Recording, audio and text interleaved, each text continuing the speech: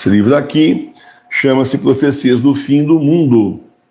Profecias do Fim do Mundo reconhecidas pela Santa Igreja. Santos, beatos, beatas, veneráveis, né? Pessoas que foram acompanhadas e as visões foram autorizadas, reconhecidas pelos bispos, né? Pelo menos os bispos, às vezes até mais acima, justamente que a visão ela era realmente sobrenatural, era verdadeira. Nós vamos hoje para a profecia da beata Ana Aiello. Tem tudo a ver com a nossa época, preste muita atenção. Bandeira vermelha na cúpula de Pedro, beata Helena Aiello, 1895 a 1961. Jesus disse à beata Helena Aiello: minha filha, olha como sofro.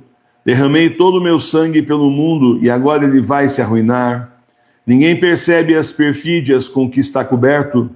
Considera a intensidade da minha dor causada por tantos insultos e desprezos que recebo de tantos provocadores e libertinos. Satanás reina e triunfa na terra. Veja quantas almas caem no inferno. Veja como as chamas são altas e as almas que entram nela, como flocos de neve, parecem brasas transparentes. Quantas faíscas, quantos gritos de ódio e desespero, quanta dor. Veja quantas almas sacerdotais. Veja o sinal de sua consagração em suas mãos translúcidas. Na palma de suas mãos ela vê o sinal da cruz brilhando. Então, meus irmãos e minhas irmãs, as coisas funcionam dessa forma. Vamos ler aqui. O Senhor já está falando do nosso tempo. Ela, inclusive, é contemporânea nossa, falecida em 1961. Mas eu tenho certeza que no ano que ela faleceu, ela nem podia imaginar tudo o que fariam com a igreja. Porém, o Senhor sabia. Ele sabia o que estava sendo feito. Porque é assim, nós temos o livre-arbítrio. E o Senhor dá o livre-arbítrio. E os homens, mulheres e crianças podem seguir o caminho que eles quiserem, o de Deus ou do inferno. Infelizmente, a maioria adivinha, né? Escolhe o caminho mais fácil, mais prazeroso, aparentemente, que é o do inferno. O problema é depois. Agora tá, alguns anos, algumas décadas de prazer, de felicidade, alegria. Tem decepções também, pensa que não tem. Quem está no mundão aí vive atrás de uma alegria que não existe, porque a alegria perfeita é estar com o Senhor no céu. E a gente servir aqui na terra, o Senhor, e às vezes sentir a presença dele mais perto de nós ou de Nossa Senhora. Isso é a alegria perfeita, é a grande alegria possível e durável. Agora o resto é só ilusão, a pessoa passa de ilusão em ilusão, cai de ilusão em ilusão. Então o que elas fazem? Dão as vidas dela para que ao invés do Senhor reinar no coração delas, venha o demônio reinar no coração delas. E é isso que nós estamos vendo aí, cada vez está pior. A gente abre aí, às vezes, lá na internet, lá aparecem notícias aí, por exemplo, de crime, né, policiais, uma pior que a outra.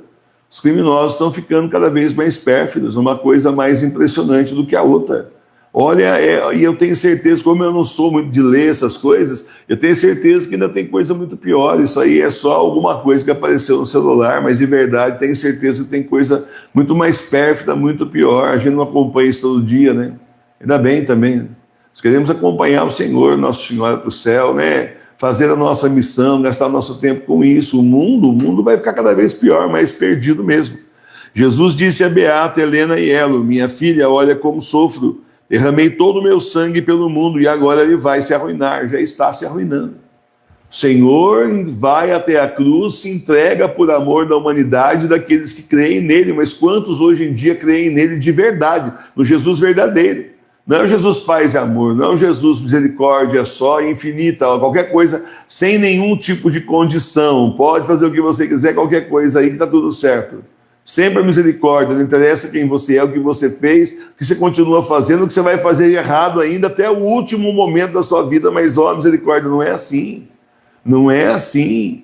A pessoa que recebe a divina misericórdia do Senhor no seu coração, ela tem, assim, por obrigação, se converter para merecer a misericórdia do Senhor, porque senão virou bagunça. Pensa o quê? Que é farra e faz o que quiser e o Senhor está sempre perdoando, assim, sem a pessoa nem precisar se arrepender e tentar se emendar pelo menos. Não, gente, o caminho é o mesmo para todos, tá bom? De nós mais vai ser exigido porque mais está sendo mostrado e mais está sendo dado. Mas não quer dizer que a pessoa possa viver na farra e, ó, é o seguinte, se eu não souber que é pecado, cara, não é pecado. Eu vi o Paulinho Ricardinho lá, aquele careca falando lá, aquele Padre Minto, ele falou isso aí, cara. Então, já que é assim, é melhor não saber. Para que estudar, bobeira, você pode pecar à vontade sem saber que é pecado, tudo bem, pega nada. Intui a gente pensar essas coisas. Né? Eu vi esse vídeo, estou falando, estou inventando, não, é que eu vi mesmo. Intui você ao raciocínio pérfido, cruel, de que então é melhor você não estudar, porque se você não souber que é pecado, não é pecado, então é melhor você não ficar sabendo. Só que as coisas não são assim. A gente tem por obrigação estudar e ensinar, aprender e ensinar aquilo que nós estamos aprendendo, que o Senhor está nos mostrando. Então, você vê como essa turminha tem um jeito de ensinar, que parece que está ensinando certo, mas no meio coloca lá, né? Pega o bolo, tudo mais, com aquele monte de cereja em cima e no meio põe a bomba, né? Aquela última lá bem no meio, lá, se nós gozado, eu não tinha visto ainda cereja, estava em metálica e explode, porque na verdade não era uma cereja, era uma bomba pintadinha de vermelho, né? Ninguém percebe as perfídias com que este mundo está coberto, percebe, gente? A maioria não percebe nada, a maioria acha que está certo, está tudo normal, a moda mudou, o mundo mudou, as cabeças mudaram, é isso aí. Gente de 60, 70, 80 anos que hoje acha normal aí, a molecada aí de 20 e poucos anos e morar junto sem casar, tá tudo certo, quando ele sabe que está errado, porque não casou diante de Deus. Até melhor não casar, porque assim, depois separar, né? Não tem problema, né? Não tem problema, é só pecado contra o sexto mandamento, pecado contra a castidade. Está tudo condenado já. Cada vez que vai para a cama, está condenado mais uma vez. Né? Aumenta a condenação. Ofensa contra o Senhor. Mas cadê os pais, mães, avós, para ter coragem de chegar e dizer: vem cá, meu filho, deixa eu conversar com você. Deixa eu falar da sua salvação. Você está aqui 5 minutinhos só, ouve sua avó. Eu só quero falar uma coisinha para você. Depois você pode ir embora, mas agora escuta o que eu vou falar. E falar de forma grave. Você está condenado ao inferno. Como assim você está dormindo com a moça lá sem casar, rapaz? Tem que pedir a bênção do Senhor, não é assim.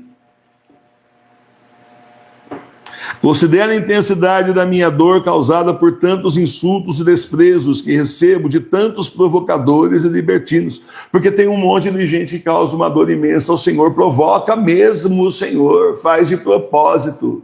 É que eu falo, levanta e fala: bom, o que vamos pecar hoje? Como eu posso ofender Jesus hoje?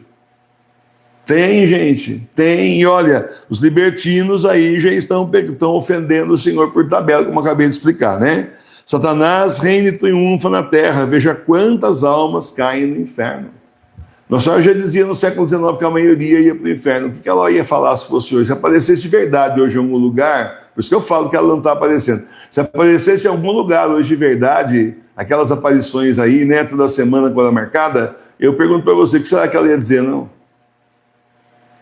Se fosse de verdade, né? Nem seria 40 anos, 50 anos, 60 anos de aparição, né? Claro, né? Que isso não tem, né? As aparições verdadeiras até aparecem. Nossa Senhora aparece toda semana, bateu o cartão, 40, 50, 60 anos, todo dia, toda semana. Aí no lugar que o vidente estiver. Se ele estiver aqui hoje, é aqui. Se ele estiver na Inglaterra, na Inglaterra. Se estiver na Itália, de acordo com o que chamarem ele, que ele for. Muita coisa. Se parar para pensar, né? Veja como as chamas são altas, as chamas do inferno. Veja como as chamas são altas e as almas que entram nela como flocos de neve parecem brasas transparentes. Quantas faíscas, quantos gritos de ódio e desespero, quanta dor. Porque ainda blasfemam contra Deus. Tem um ódio profundo de Deus no inferno, achando que a culpa é de Deus. Não parou. Você fez tudo errado, você seguiu o mundão, você não quis se esforçar nem um pouquinho, você não seguiu o caminho de Deus, não quis a Santa Igreja verdadeira, e agora que você caiu no inferno, a culpa é de Deus? Pensa bem.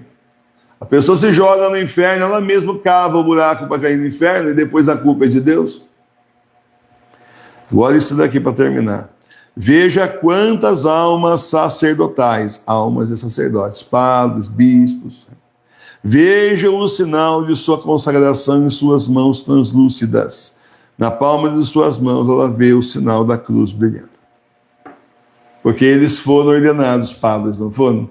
Eles não foram ungidos com o sinal da cruz. Já viu a ordenação de padre? E o bispo vai lá e com o óleo da crisma ele unge as duas mãos do padre. Você vai na ordenação do padre, depois você beija as mãos do padre e você, aquele verdadeiro, né? Aí você, que hoje em dia não tem, mas quando era verdadeiro, você beijava as mãos do padre e você já recebia indulgência só por isso, porque você participou, foi assistir, né, justamente aí a ordenação, porque você foi assistir a ordenação dele e depois você beijou as mãos dele que estão consagradas a Deus, para poder consagrar o pão e o vinho. Que bonito, nossa igreja é maravilhosa. Que lindo, que tristeza que fizeram com ela. Um monte dessas pessoas, a consagração não valeu nada. Mas o Senhor está falando antes aqui, né? Mas aqui, hoje em dia, um monte, se não a maioria, eu não sei nem se não todas, né? Quase todas, com certeza. A maioria dessas consagrações não valeu nada, porque o cara já era comunista, ele entrou jovenzinho comunista, entrou no seminário, continua sendo comunista, não se converte. É convertido pela igreja bergoliana, é convertido aí, né, pela teologia da condenação, vulgo a teologia da libertação, que agora virou ecoteologia. E pronto, a pessoa está mais que excomungada. Quando ela vai, ela já está excomungada da igreja, como que ela vai receber a ordem? A ordem dela não vale nada. Não vale nada. Simplesmente não tem valor algum diante de Deus. Ela não é padre nem aqui, nem no fim do universo, não há lugar nenhum do mundo, da terra, do universo inteiro.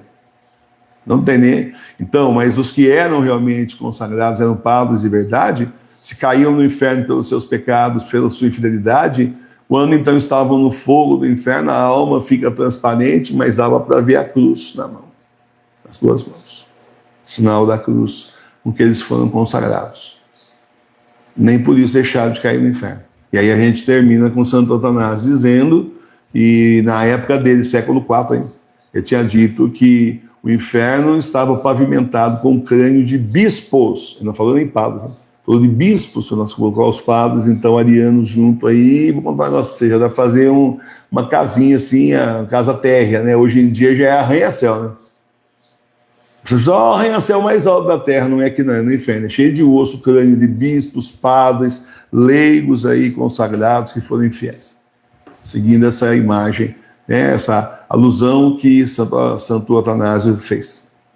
Então, meus irmãos, quanto a nós, o que é que isso significa para nós que somos igreja doméstica, igreja católica, apostólica romana que voltou para as casas? Significa que a nossa responsabilidade é imensa. E consolar o Senhor por tanta infidelidade. Como você faz isso? Com oração, jejum, penitência, com boas obras, com fidelidade. Se nós que fomos chamados pelo Senhor para levar a igreja à frente, vamos ser infiéis também, então, olha, desista. É que eu falo sempre os infiltrados, desistam. Vocês estão cavando, olha, vocês estão cavando um túnel expresso para cair no inferno. Capaz de nem subir para ser julgado, nada, já ir direto para o inferno, não tem nem me julgar. É forma de dizer, né?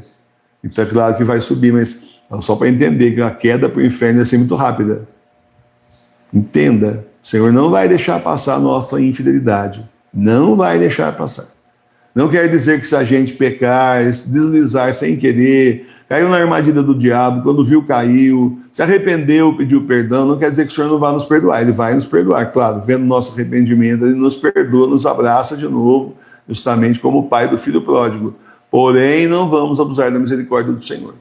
Deixa essa parte para gastar só quando, infelizmente, você realmente surfar na casca de banana do pecado, né? O demônio joga a casca de banana, você só pisa e vai, né? Aquele tombão, cai de cabeça.